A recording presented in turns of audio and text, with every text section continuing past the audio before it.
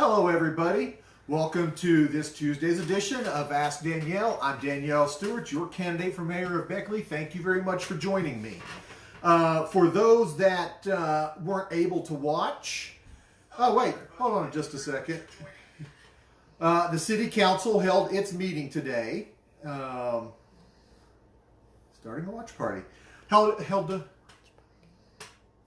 Yes, so what I was doing was starting my watch party on my personal page. I encourage you all too, as well, to start a watch party on your page. Again, you know, it's one of the things I say, you don't have to vote for me. I really just hope you vote. I was actually looking back at the 2016 statistics, and, you know, out of over like 12,389 registered voters, I think that was back in February of this year, and there was 12,000 registered voters back in 2016, and out of those 12,000 registered voters, less than 5,000 people actually voted. And the Mayor Appold won by a couple of hundred votes, is like 2,500 to 2,300. So your vote matters. Matter of fact, in Ward 4, before the absentee ballots were cast, Kevin Price won by 14 votes. You know, so your vote matters. You know, and if you don't go out and vote, you're just basically letting somebody else pick for you. And we really want you to pick for yourself. Let your voice be heard. And as I say, you don't have to vote for me, but please vote. However, give me a chance. You know, if you read my opposition papers, watch these videos, you'll see why I'm the best candidate. You know, I'm the person that goes out there hands-on and gets things done. A couple other notes. Okay, so I was going to start kind of reviewing the city council meeting that happened at 6:30. Really, the one thing everybody wanted to know about was city council voting on salary increase for the next 4-year term. And so to make sure everybody kind of is clear on that, the council votes now, but it doesn't take effect until the next set of council members are seated. So if a council member would lose now, they're really not really voting to help themselves. It's part of the process, but the reality is, so bringing that back to now is the motion. There was never even a motion to put it on. It was on the agenda, but nobody, none of the council members made a motion to put that ordinance up to a vote, so it's completely dead. Other things they talked about was, you know, talking about the alcohol licenses, and both Smoker Friendly and Nalgene Square and Kroger at Beckley Crossing have applied for a Class B carryout permit. They're zoned properly, and really the city, as long as it's zoned properly, the city doesn't have a say. It's really just the state notifying the city that it's happening, and then this is the city, in theory, letting the rest of the community know that it's happening. Janine Bullock, city council person for Ward 5, talked about the civility resolution that the West Virginia Municipal League passed a few years ago. The city of Beckley also passed that. I think she said November of 2018. And basically, it's just a reminder that for all, not just political candidates, but any conversations that we have, to be civil. You know, not to attack people, talk about the issues, and work through solutions, respecting people. And that's a good thing, you know. It's one of the things you will almost never hear me talking negative about any candidate for any position, despite certain, especially on national level, that I disagree with greatly. But that's how we should all be. We can have our personal opinions on things, but when it comes to debating stuff, we'll get more done if we debate civilly versus curse words and yelling and all the other stuff that happens on the different social medias. Also, Councilman at Large Tim Berry just brought up, reminding people to be safe as things are starting to reopen. He says he's been out today. There was a bunch of people out. That cat. Today he said he felt it was very promising of people social distancing. So we'll see how that goes. Let's see. I thought about actually starting a poll to see which cat, people could like guess which cat would be the first one to make an appearance. She was actually sitting in the window, and there was another cat up here, so you never know. I know you didn't tune in to hear cats. Let's see. A couple of other things. Again, if you wouldn't mind, please start a watch party and share the video so people can kind of hear my message. So today, a couple other things. So door to door. Some candidates have started back to going door to door. And I tell you, it's something that I want to do. I want to come out and meet people and go door to door. That said, do not want to be the person that contaminates 1,000 people because I felt my campaign was more important than people's health. So I'm not coming door to door unless things significantly change between now and the election. That's why I do these videos, hoping that people will see them and get an idea of who I am, what I believe, what I stand for. But I'm not willing to risk people's health and life for a campaign. I'm not going to do it. So, and with that said, that's why I post up my contact information here. When you call that phone number, 304-250-3105, I'm the one who answers the call. I don't have a staff, so you get me directly right off the bat. What? No. I'm your staff. Okay. Well, okay, so Christine is my partial staff. She's actually the whole staff, but I still answer my own phone. I answer my own emails, and I answer my own Facebook messages. So, when you're hearing those messages, when you're talking on the phone, you're getting me directly. You're not getting anybody else. And, I will be as truthful and honest with you.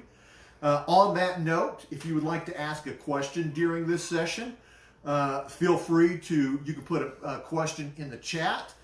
You can also send a direct message to the Facebook page, and we will get the question from there.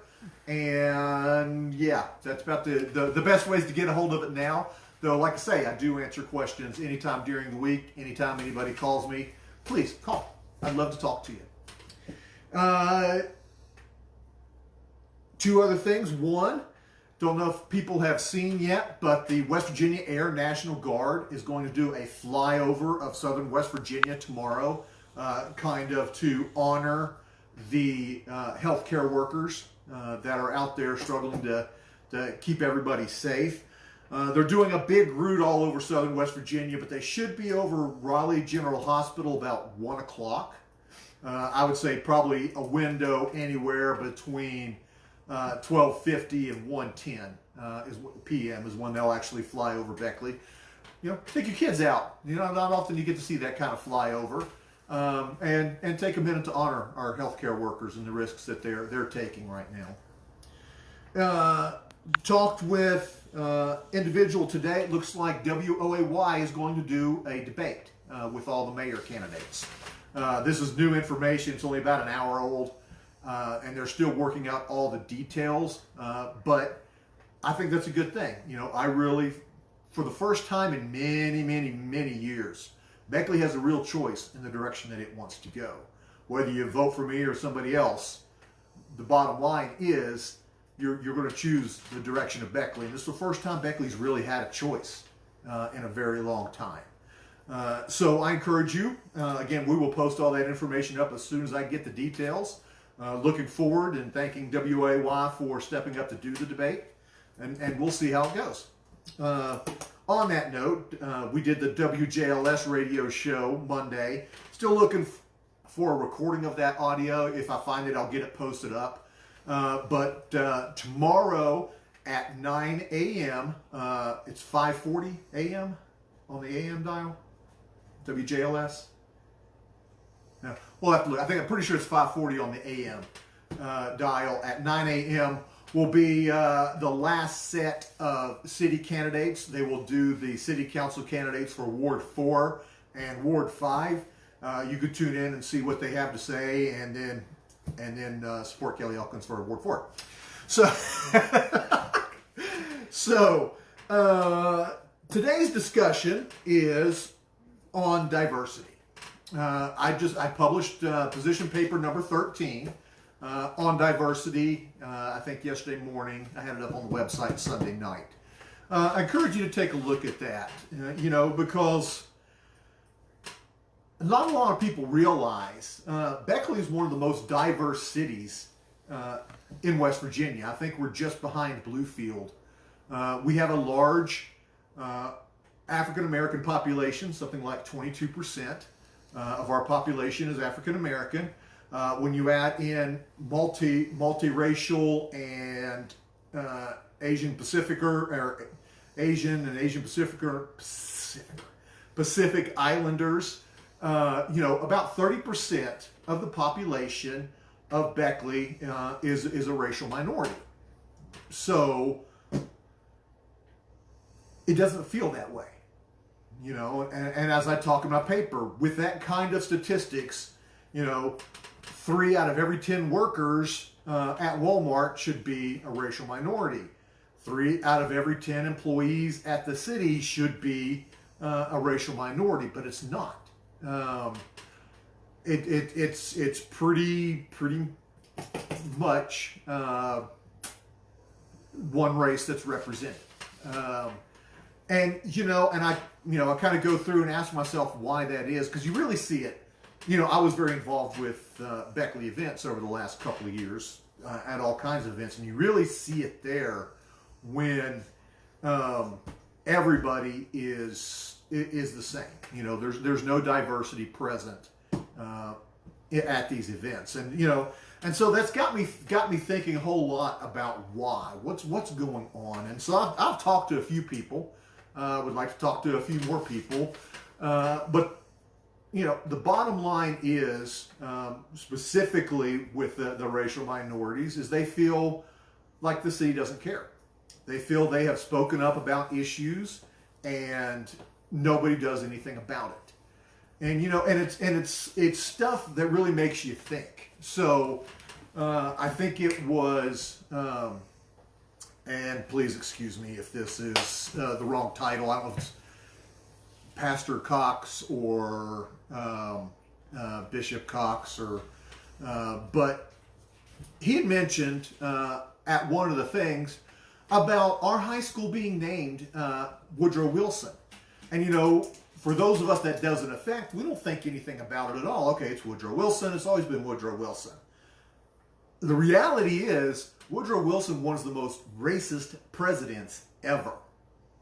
And his policies really set racial integration back 50 years.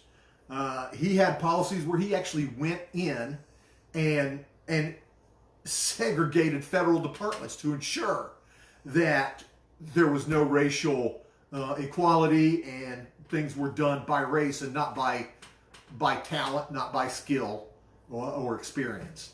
The African American population is really upset over that. There are people that are really upset over that, and it got me thinking.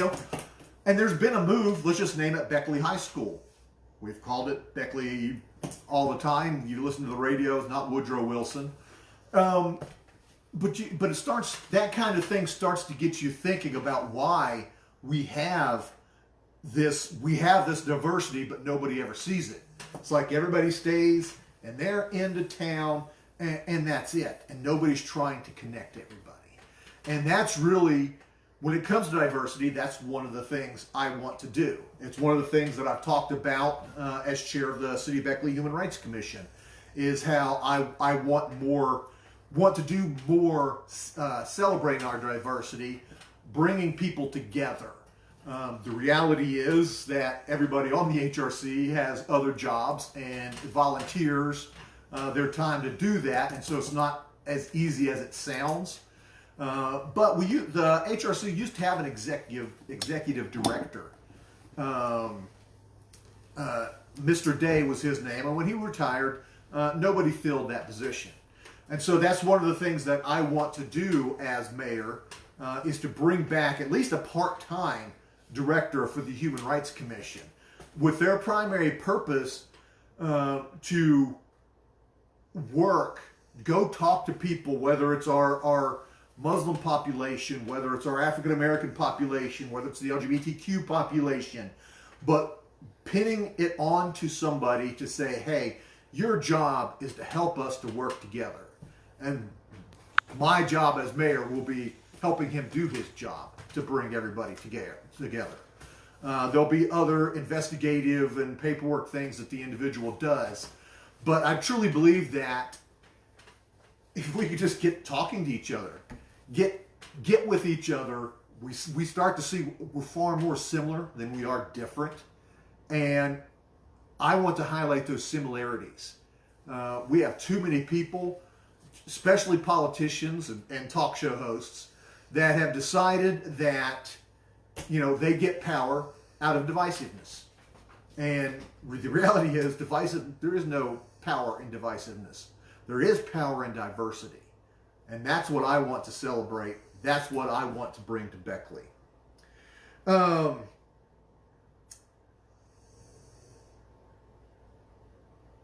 And again, I'm talking diversity. Again, I focus kind of on race, but there's also religion.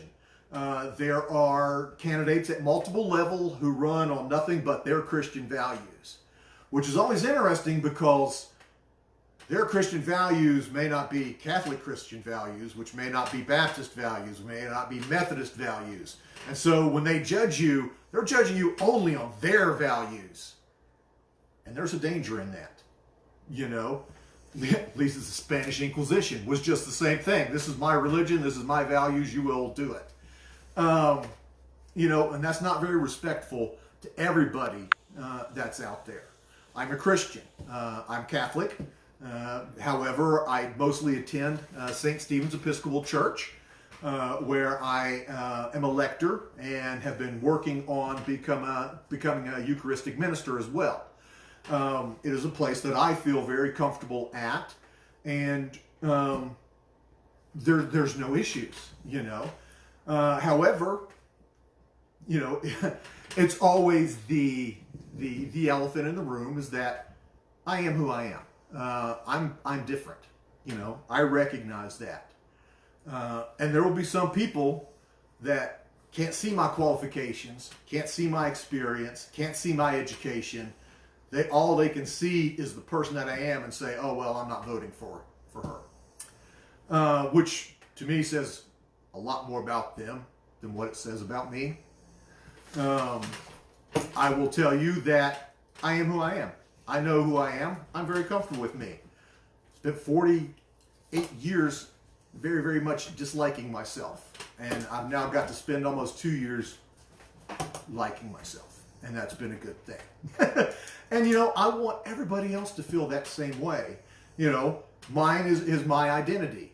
But, we had the massacre in New Zealand where a guy went in and shot up a mosque, killed a whole bunch of Muslim individuals in New Zealand. And then we held a candlelight vigil here. One of the things that I organized as the chair of the HRC.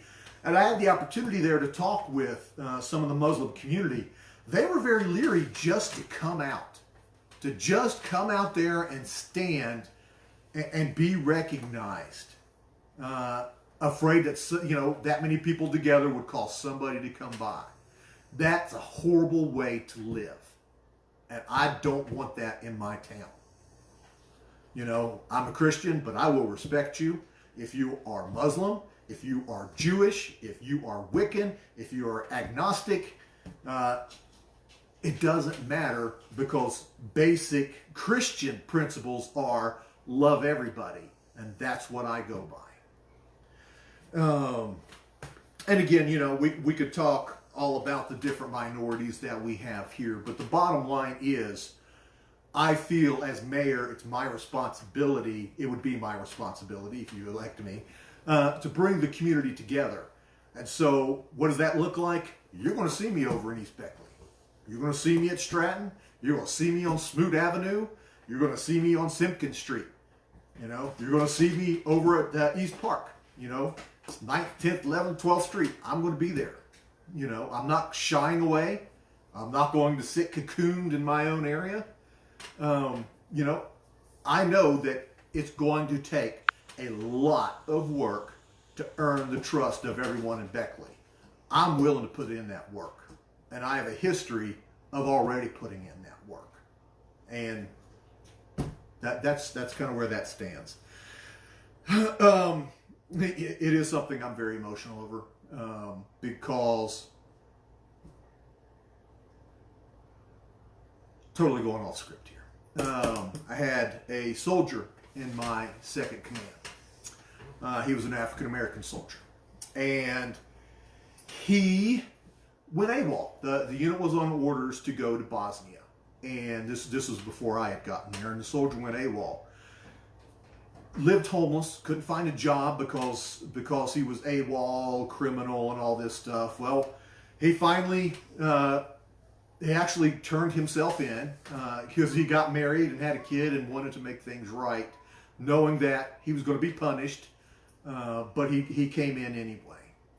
And so we were going through the process of chaptering him out. He would probably spent a little bit of time in jail before he was escorted out of the military. So as we were going through the process, his squad leader came and talked to me, like right before we were doing his court martial, and he says, Major Stewart, we got to talk. There's an issue. Come to find out, the individual had basically a white supremacist as a squad leader. This was a young private, 18 years old, and his squad leader's telling him, when I get you to Bosnia, I'm going to get you killed. And he was so afraid that he ran away. You know, we hear this story, think, oh, man, did that really happen? Yes. We ran it down. There was people there from the unit. We tracked them down to confirm it. That white supremacist tried to do something in Bosnia, was found out, and got kicked out.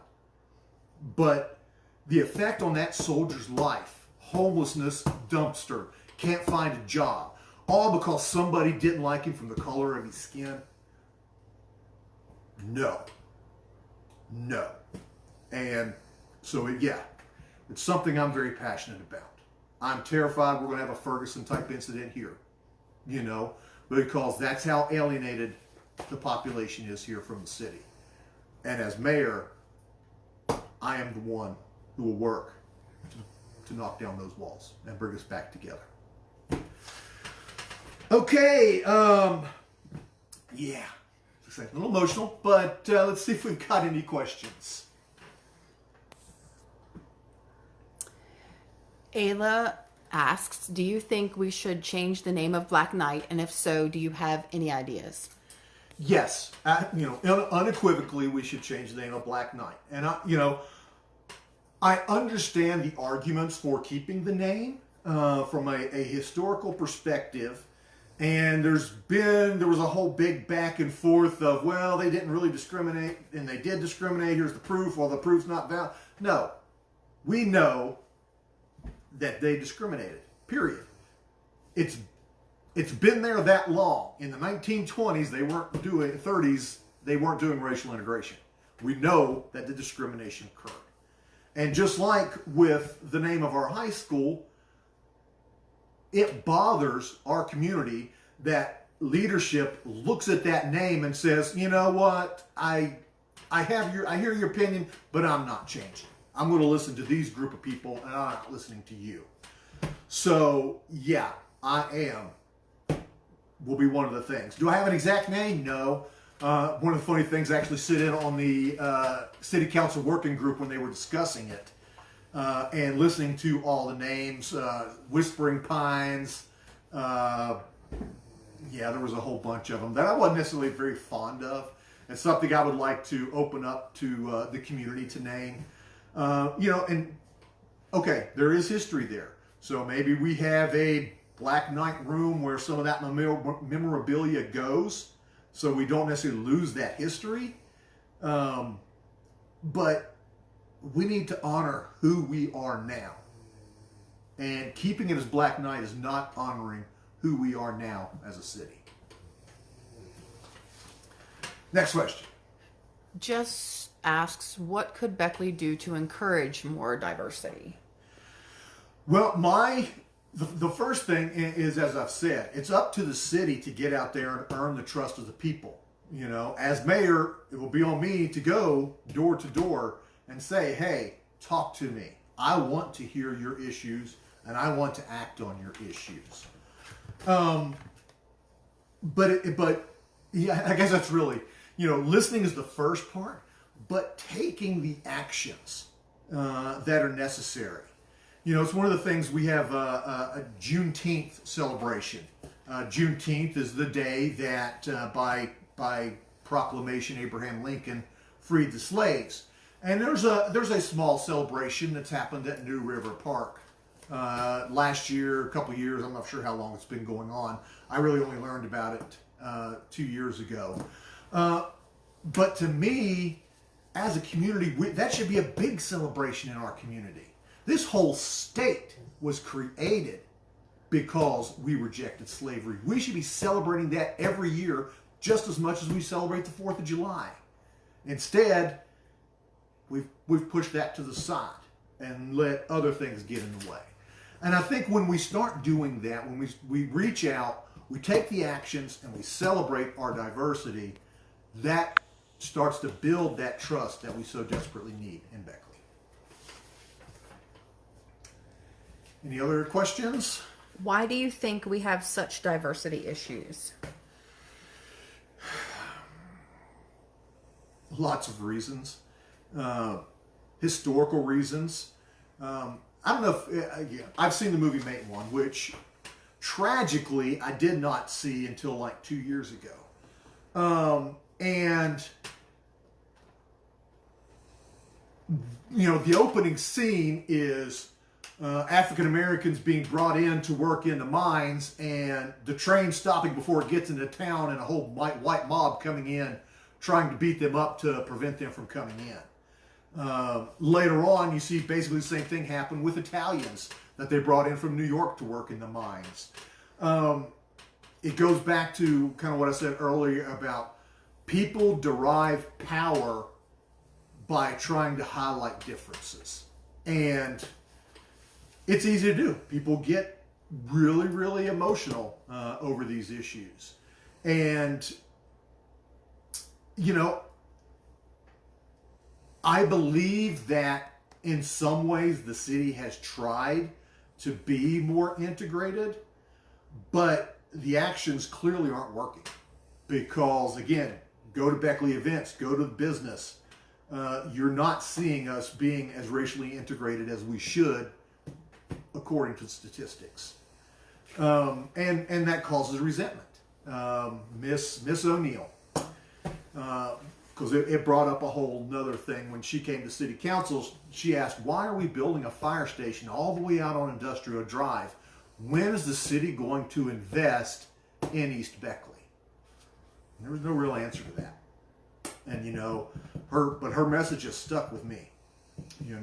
When I talk about the economic stuff and doing economic opportunity zones, that area is one of them that I want to help develop. Would love to get at least some kind of small grocery store there so that people can walk and get groceries instead of going all over the place and trying to find rides that they're currently doing. Candace asks, do you think our reaction to discrimination as parents sets the tone for how our children deal with it? Absolutely. I mean, that's where children will typically learn it from, is from their parents. And unless the parents take an active role in not passive, it's got to be an active role to talk about race and talk about how we're all alike.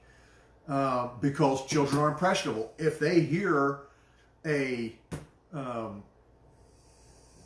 parent talk about, a Jewish person or a Hispanic person. We are really, really Hispanic, Latino-phobic here. I don't know what that exact word is, but there's a reason why we have a very low Hispanic population. The few that I've talked to get very bad treated. And so, yeah, how the parents react is the most important.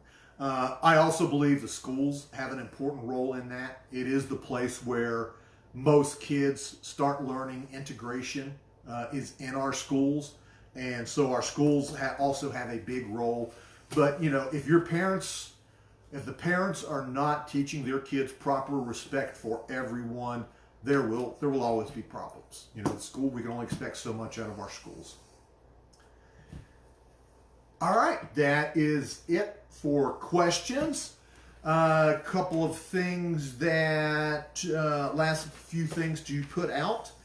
I've got, let's see. So reminder, May 19th is the last day to register to vote. Please vote. You can, the website to do it is www.govotewestvirginia.com. You can also call them. Their phone number is 304-558-6000. If you need help, you can go up to the Raleigh County Courthouse. I believe it's supposed to open next week, but I'm already lost. It's supposed to open on Monday, so people can go back in. But please register to vote. If you have a problem, you need help, contact me. Email me, call me, message me. I will do everything I can to help you get registered to vote. Early voting is May 27th to June 6th. And so we got 2 weeks before early voting starts.